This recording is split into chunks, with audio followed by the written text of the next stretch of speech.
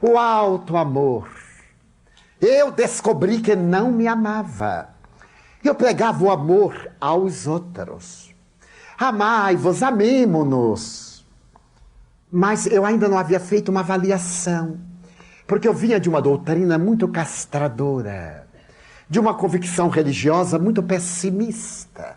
Negar o mundo para afirmar Deus, negar-se para se entregar a Deus. Não está no Evangelho. Negar o mundo é não ser mundano, pervertido.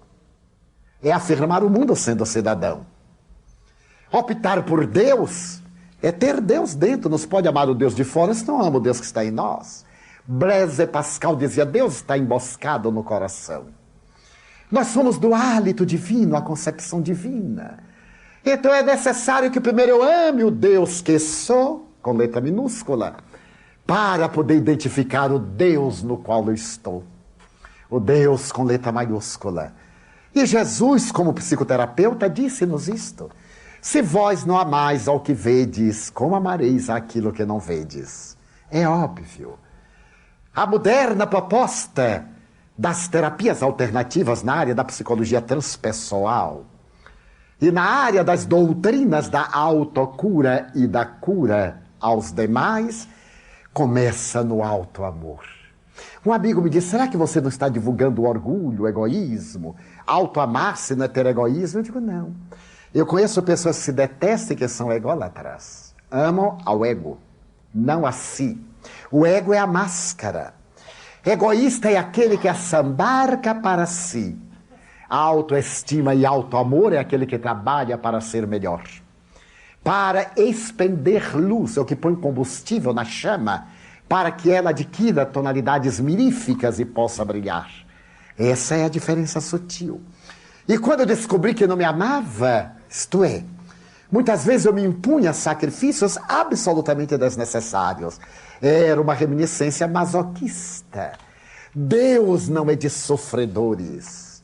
Ele ama os sofredores também, mas é dos triunfadores, sofredores que chegaram lá, mas que ao chegarem bendirão a Deus. Não é esse Deus dos infelizes que Castroves canta tão bem no Degredo da África, quando ele fala desse Deus dos escravos, dos infelizes, em Navio Negreiro. Mas é o Deus que deseja a nossa plenitude, não é o Deus que quer que nós soframos. O sofrimento é opção nossa. Ele é o enfoque errado que nós adquirimos porque optamos por uma atitude menos feliz. Então mudei totalmente a visão. A visão de Deus não é punitiva, é educativa, é reparadora. Então nós agora vamos partir para a segunda etapa, que é o auto-perdão. Muita gente diz assim, eu perdoo com muita facilidade. Mas não esqueço. Não esqueça mesmo. É psicológico. Porque esquecer é da memória. Perdoar é do sentimento. E nem sempre a memória apaga quando nós queremos. Perdoar é não desejar o mesmo mal que nos foi feito. É dar o direito de ser uma pessoa ainda menos feliz. E não revidar. Não é amar tresvairadamente. Allan Kardec, da sua condição de psicólogo e de filósofo, diz com muita justeza, não se pode amar ao inimigo como se ama ao amigo. Em outras palavras, não se pode amar a quem nos perturba com a mesma ternura que se ama a quem nos ajuda. É uma questão peptídea. A pessoa simpática produz enzimas estimulantes. A pessoa antipática produz enzimas perturbadoras. Então nós vamos começar a nos perdoar, mas perdoar mesmo. Uma senhora me disse, eu cometi 16 abortos. E ela esperou que eu tivesse uma reação. E eu disse assim, pois não. O senhor não se espanta? Eu digo, não, senhora. Mas por que não? Porque a senhora teve o direito de praticar os 16 abortos. Mas não é um crime? Bem, já é outra coisa. Já estamos agora no julgamento, mas a senhora nem contou o crime. Vamos deixar o julgamento para a sua consciência e a divindade. Porque foi isso, foi aquilo. Eu digo, tem as suas justificativas. Mas a senhora não tem direito agora de destruir a vida porque cometeu 16 abortos. A senhora está viva. Não deveria ter feito, mas fez. Vamos agora tentar reparar os danos que causou. Mas como? Eu não poderei ter 16 filhos na idade que eu estou. Mas não lhe disse isso. Eu disse, vamos tentar reparar. Vamos então reparar. A senhora comece procurando algumas crianças que necessitam de estudar e que têm dificuldade. Ajude-as. Ajude a familiares menos abastecidos economicamente. Mas ajude-se primeiro a si. Faça uma análise do porquê. Já que a senhora sabe que o sexo leva a consequências dessa natureza, por que o sexo sem precaução? Porque a senhora se submete a uma aventura que ele vai trazer danos mais graves. Refaça os seus conceitos, comece tudo outra vez. Ela diz, mas seu Divaldo, todo mundo me condena. Eu digo, mas não é importante que os outros te condenem. Nós nos condenamos reciprocamente por mecanismos de transferência. Faz-nos bem condenar os outros. Em nossa pequenez, preocupe-se com seu estado de consciência. O que é que a senhora sente? Eu me sinto abjeta. Pois agora começa a sentir-se gente. Começa a ter o direito às suas funções sexuais. Viva plenamente, ame.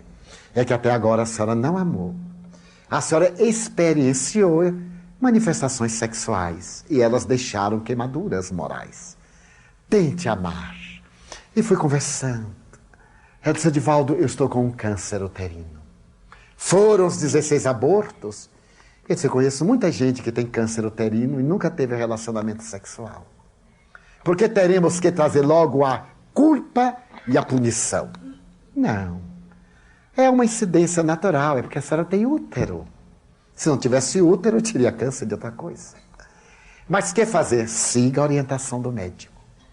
E diga ao seu útero cansado, desculpe-me, meu amigo. Vamos recomeçar tudo noutra área.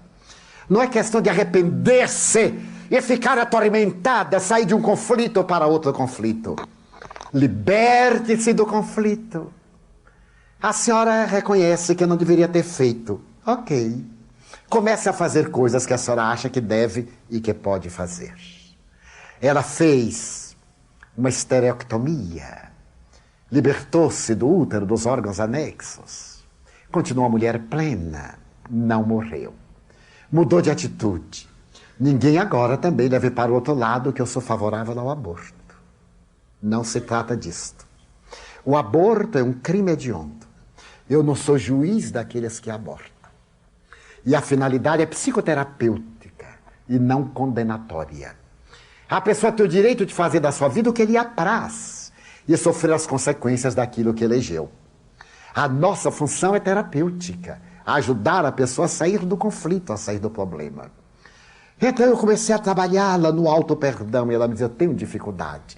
Eu disse, porque não amou a nenhum desses homens. No dia em que você amar a um homem e fizer a curva da ternura, vai ver como é possível perdoar-se. Ela já está com 50 anos. Não encontrou especificamente um amor, mas ela resolveu amar, que foi muito melhor. E agora ela ama a muitas pessoas. Está muito tranquila. E um amigo, que é comum e que ele conhece o conflito, me disse, mas Divaldo, não sei como você suporta a dona fulana. Ela é tão obsidiada. Ele perguntei, como você sabe? Ela é abortista. Ah, e como você sabe que ela tem obsessores? Aqueles que ela matou estão obsidiando-a. Ele, curioso, eu nunca vi. Porque o Deus a quem eu amo não é aquele que pune com obsessores, é o que abre a porta a quem deseja a redenção. E confesso, nunca me detive a ver se ela tinha obsessores ou anjos de luz, porque não é importante. Importante é ela ser feliz. Então, o segundo passo é o perdoe-se. Se nós nos auto-amamos, poderemos amar. Se nós nos auto-perdoamos, poderemos perdoar. Nessa condição, já estamos fazendo a autocura, porque encontraremos alegria de viver, motivação para viver, e teremos um significado em nossas vidas que antes eram vazias. Esse é o período das pessoas vazias, pessoas sem significado existencial. Muita gente me diz, para que viver? Eu não pedi para viver, eu não tenho meta. São pessoas queixosas, estão só na superfície, ainda não entraram, não quiseram ter o desafio de autopenetrar-se. E na hora em que eu começar a entender que eu tenho o direito de errar, eu darei esse direito aos meus irmãos também que erram. Porque se eu erro, por que eles não? Então dou-lhes o direito. A vida se me fará muito mais saudável. O Dr. Norman teve a oportunidade de fazer uma análise na Universidade da Califórnia. E depois de um estudo cuidadoso, ele observou que os pacientes terminais que riem recobram a vida. Os que introjetam conflito morrem mais rapidamente. Ao lado de uma médica da mesma universidade, o Dr. Norman Cousins constatou que o riso jovial, natural e descontraído proporciona saúde ao organismo. E passaram eles a experiências científicas. Tomaram pacientes portadores de AIDS, de câncer e de outras doenças degenerativas e colocaram em uma sala, projetando na tela filmes de Charles Chaplin, dos irmãos Marx, dos Três Patetas, de Harold Lloyd e outros. No começo, os pacientes estavam inimigos da vida. Mas os filmes, principalmente dos irmãos Patetas, eram tão estúpidos que provocavam riso.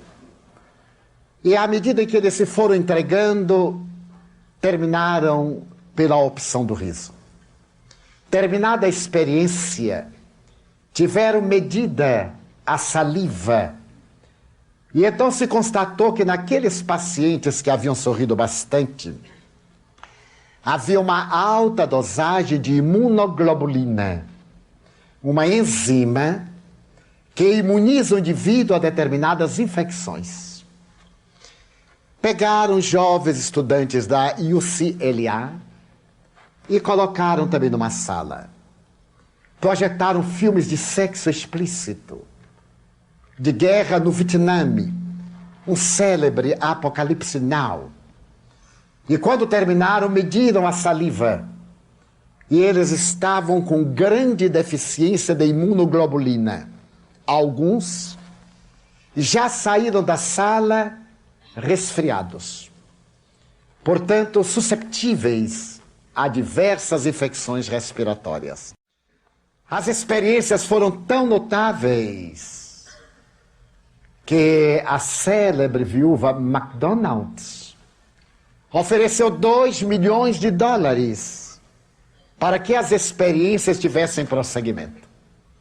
E Norman Cousins e a doutora Barbara Millan demonstraram para outros cientistas que adotaram o método que sorrir faz bem. O que confirma a tese junguiana. A pessoa extrovertida, não a pessoa frívola. A pessoa extrovertida, a pessoa jovial. O Dr. Bernie Siegel aceitou em sua casa uma paciente. E depois de 3 meses, ela, despedindo-se curada do câncer, disse-lhe: notei uma peculiaridade na sua família que eu tenho interesse em relatar. Notei que é uma família americana normal, que é que todo mundo briga. Seus filhos, o senhor, sua esposa, vocês brigam. Só que depois da briga continuam falando-se naturalmente. Lá em casa, não. Quando nós brigamos, nós mantemos essa situação, às vezes, por semanas. Ficamos de mal. Aqui, não. E ele anotou: aceitei como um elogio. Outra pessoa poderia aceitar como falta de vergonha da família. Eu aceitei como uma referência otimista. Porque guardar ressentimento é intoxicar-se. A pessoa que carrega mágoas carrega lixo atômico no seu mundo interior. E é claro que vai haver uma explosão. A questão é de quando haverá essa explosão. No alto amor, no alto perdão, surge agora a autolibertação. Libertemo-nos da opinião dos outros. Respeitemo-la, mas não nos escravizemos. Mantenhamos o nosso dever social de relacionamento. Mas a opinião das pessoas tem o valor que nós lhes emprestamos. Na hora em que eu achar que a opinião de uma pessoa não tem sentido, ela perde totalmente o sentido. Na hora que eu achar que ela é muito importante para a minha vida, ela se torna um algoz da minha existência.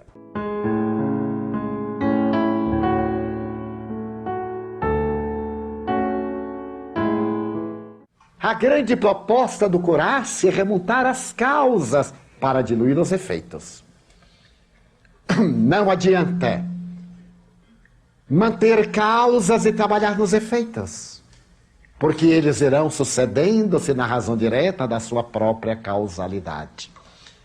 Somente a partir da autocura que nós podemos pensar em curar os outros. No Evangelho segundo o Espiritismo, sem nenhuma tendência doutrinária, nem nenhum objetivo doutrinal, há uma frase admirável dentre outras. Médico, cura-te a ti mesmo. Nós sempre falamos do contágio da doença. Por que nós não falamos do contágio da saúde? Já notaram quanto é saudável conviver com pessoas saudáveis? Quanto é agradável conviver com pessoas otimistas? Quanto faz bem estarmos ao lado de pessoas que são comunicativas? Às vezes dizemos, eu gosto tanto de fulano, não sei porquê. Porque nos dá uma mensagem de encantamento. Não é necessário que a mensagem esteja rotulada, esteja direcionada. A violeta escondida exala perfume no ar e todos a sentem, mesmo sem a ver. O pântano irradia miasmas pútridos que nos infectam, apesar de não ser visto. É necessário, então, de Joana de Ângeles como psicoterapeuta. Tudo começa no pensamento. Toda vez que lhe vier um pensamento negativo, já que você não pode viver sem pensar, mude para um pensamento positivo. Já que é pensar, pense a coisa boa, porque pensar a coisa má. Então nós temos o malveso de cultivar as coisas negativas para inspirarmos compaixão, complexo de inferioridade. Achamos que não somos capazes de inspirar amor. Todos somos capazes de inspirar amor. Eu conheci em Zurique, no hospital de aidéticos, o casal que mais me impressionou. E que foi terapia para uma sexóloga que tinha conflitos na área do comportamento sexual. E eu lhe recomendei que visitasse o casal. Eu os adotei há 4 anos como meus afilhados. Ela tem 25 anos, ele tem 24. Ela era soropositiva, eu não sabia. Eles tiveram um relacionamento, ele se contaminou. E quando ela teve uma doença parasita e a enfermidade estava em desenvolvimento, ele foi fazer o exame, era soropositivo. Também o choque, creio, desenvolveu a doença. E eles foram internados na mesma clínica, no mesmo apartamento. E o que mais me comoveu, dos muitos diálogos que mantive com eles, através da intérprete, porque eles são de língua alemã suíça, foi o amor que eles se têm. Eu lhe perguntei ao rapaz, meu filho, você não ficou magoado? Ele disse, com quê? De ela ter contaminado você? Mas ela não sabia. Olha o amor como tem uma visão bonita. Ela não sabia. E eu perguntei à moça, e você não ficou em conflito por ter sido instrumento do contágio para ele? Ela disse, no começo sim, mas eu não tive culpa. Uma proposta psicológica. Ninguém faça consciência de culpa. Ninguém tem culpa de nada. A nova proposta psicoterapêutica Eu sou responsável, não o culpado. A palavra é muito importante. Eu sou responsável deste insucesso, mas não sou culpado do insucesso. Enquanto eu sou responsável, eu me reabilito. Quando eu sou culpado, eu me autopuno. E eu não tenho o direito de punir-me a mim mesmo. Então eu perguntei a ele: dizem-me que as pessoas portadoras do HIV em determinados períodos têm muito estímulo sexual. Vocês que tinham um relacionamento bastante jovem, agora que vocês vivem no mesmo quarto com toda a liberdade, como vamos de relacionamento? Ele ergueu o sobrolho, quase me censurando. E disse: qual relacionamento? Ele disse: um relacionamento mais íntimo, vocês são tão jovens, porque eu desejo sempre aprender e pergunto para aprender. Ele disse: olha, tio Divaldo, a gente quase não lembra. Eu disse: por que não? Porque a gente se ama. Notem as colocações, é quase ipsis verbis. Eu disse: mas quando se ama, isso às vezes nem é necessário. Porque amar é um momento de busca de plenitude. E o jogo sexual é o momento de busca de sensação, que pode ou não levar à plenitude. Então, quando a gente não se ama, a gente tem desejos. Quando a gente ama, a gente tem emoções elevadas. E eu perguntei para ele: ela está muito mal, eram terminais.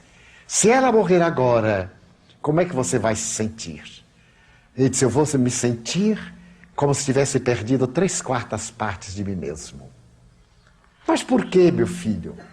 Porque não sei como preencher o seu vazio. E eu lhe contei que um psiquiatra materialista me deu esta resposta. Ele disse: os senhores espiritualistas têm como consolar. Mas eu, que só aceito o quimismo cerebral, quando se dá anóxia para mim morrer o ser, quando alguém chega e diz assim: perdi um filho, morreu meu marido, morreu o ser que eu mais amava, eu não tenho o que dizer, espere, vai haver um reencontro, estão vivos seus seres queridos. Eu digo para eles: com quanto tempo de convivência ele morreu? Você fruiu desse amor por quanto período? Ah, por 20 anos. Então, você tem 20 anos de presença. Não deixe que a ausência esvazie seu sentimento. E olhei para aqueles 2 corpos quase cadaverizados. Falei-lhes da imortalidade da alma, eu vi familiares ao lado deles, falei-lhes. Voltei no ano imediato. Há 4 anos que eu os visito. Desta última vez, no mês de maio, ela me disse: me abençoe, porque eu vou viajar. Eu disse: minha filha, abençoa-te a ti mesma. Tu te abençoas com a nobreza do teu coração. Ninguém abençoa ninguém, ninguém maldiz a ninguém, são palavras. Se nós as aceitarmos, terão ressonância. E essa ressonância perturba-nos, fazendo que se instalem conflitos e doenças. Mas tu que te amas, já és abençoado. Eu suplico a Deus que te receba em júbilo como tu mereces. No mês de junho ela partiu. E ele me escreveu: e agora preencherei a sua ausência com as lembranças da sua presença. Mas este é um fenômeno natural. A morte é inevitável, por mais longa que seja a vida. Quando nós adquirirmos esta postura de curar, nós poderemos curar. Porque nós irradiaremos um toque de mão. Quantas vezes nós encontramos uma pessoa na rua, saudamos: mas que bom ter encontrado você. E saímos renovados. Foi uma cura. Alguém que nos irradiou uma energia poderosa. A Universidade McGill de Montreal, no Canadá, realizou uma experiência monumental sobre essa irradiação que nós temos. O Dr. Gleber transcreve a experiência. Quando se tomaram de água do mar e colocaram no vaso de boca muito larga água potável e água contaminada. Rotulados os invólucros, tomaram de sementes que, em contato com a água do mar, perde a faculdade de germinação. Separaram ao acaso, mesclaram-nas, separaram as sementes e colocaram 5 no vaso com água salgada, a água potável e a água contaminada.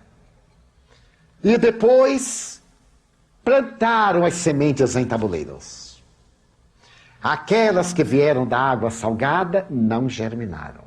Da água potável, germinaram. Da água infeccionada, não germinaram. Aí estava a evidência científica de que uma água contaminada mata o princípio vegetativo. E a água do mar matava também o princípio vegetativo daquelas sementes. Repetiram a experiência. Colocaram as outras sementes nos mesmos vasilhames com água renovada, salgada, potável e contaminada. E pegaram um indivíduo saudável para que ele magnetizasse a água salgada. Pegaram o indivíduo com manifestações esquizofrênicas para que ele magnetizasse a água potável. E pegaram um indivíduo de faculdade curadora para que ele magnetizasse a água contaminada. Plantaram as sementes. Como não se esperava, a água salgada que recebeu magnetismo repetiu todas as sementes. A água potável que recebeu energia esquizofrênica não permitiu que nascesse uma semente. A água contaminada, que havia sido magnetizada por um curador, todas as sementes germinaram. Então estava agora a prova científica de que o indivíduo irradia a energia que lhe é peculiar. A experiência foi repetida 5.000 vezes. E nas 5.000 vezes, os dados estatísticos foi que uma energia saudável pode mudar o campo vibratório de algo, alguém, que sejam portadores de um desequilíbrio de qualquer natureza. Como a energia deletéria pode desarticular o campo vibratório de uma pessoa saudável. Quando nós somos bombardeados por uma pessoa pessimista, por uma pessoa reclamadora, e não temos resistência, nós entramos na dele. Daí a pouco a gente cai, se irrita e fica pior do que ele. Porque a sua tenacidade é tão perversa e constante que nos desestrutura. Que fazer se nós temos em casa uma pessoa irritante, perturbadora, provocadora? A atitude budista, recomendada pelo Dalai Lama, compaixão. É a atitude do amor, não é piedade. Não é ter pena. E aqui no Rio fala muito de peninha, ter peninha, ter compaixão. A compaixão é um sentido altruísta. É considerar a pessoa como menos boa, ainda no patamar menos feliz, e abelar para que ela saia daquela faixa perturbadora. A compaixão, no sentido budista, tem também outra interpretação. Tudo o que você fizer, faça com paixão, com ideal, com entrega. Realize esse sentimento com desejo de ajudar essa pessoa recalcitrante, essa pessoa dissolvente, essa pessoa desgastante e perturbadora. Então você conseguirá ser um curador natural. Não é necessário usar talismã, usar isto ou aquilo, que são artifícios de indução sugestiva, que ajudam muito. Não é o talismã que cura, é a energia sugestiva que o talismã leva. Se nós dissermos, coloque isso no bolso, que não vai acontecer mais nada. Essa indução vai estimular as nossas enzimas para defender-nos. É o medicamento placebo. Bernie Siegel, Chopra e os grandes terapeutas desta área fizeram experiências com pessoas com insônia. Pegaram o medicamento placebo e disseram, com este temos a certeza que você vai perder a consciência. porque nunca falhou. E a pessoa, antes de tomar, já ficando condicionada ao tomar, dormiam profundamente. E pegavam, às vezes, o hipnótico e dizia, olha, não sei se vai fazer efeito. A pessoa tomava e ficava excitada.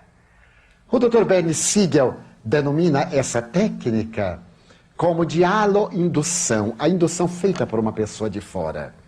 A autoindução é muito mais favorável. E se nós nos induzirmos, não vamos criar aqui pessoas sugestionáveis, pessoas mórbidas, que não podem ter uma gripe, eu não posso ter gripe, agora eu vou ficar saudável. Mas então a pessoa vai conjugar bem os verbos. O verbo ser e o verbo estar. Eu não sou doente. Eu estou doente, diz a doutora Louise Hay. Porque quem é, estruturalmente não tem jeito. Quem está, condicionalmente se encontra em trânsito.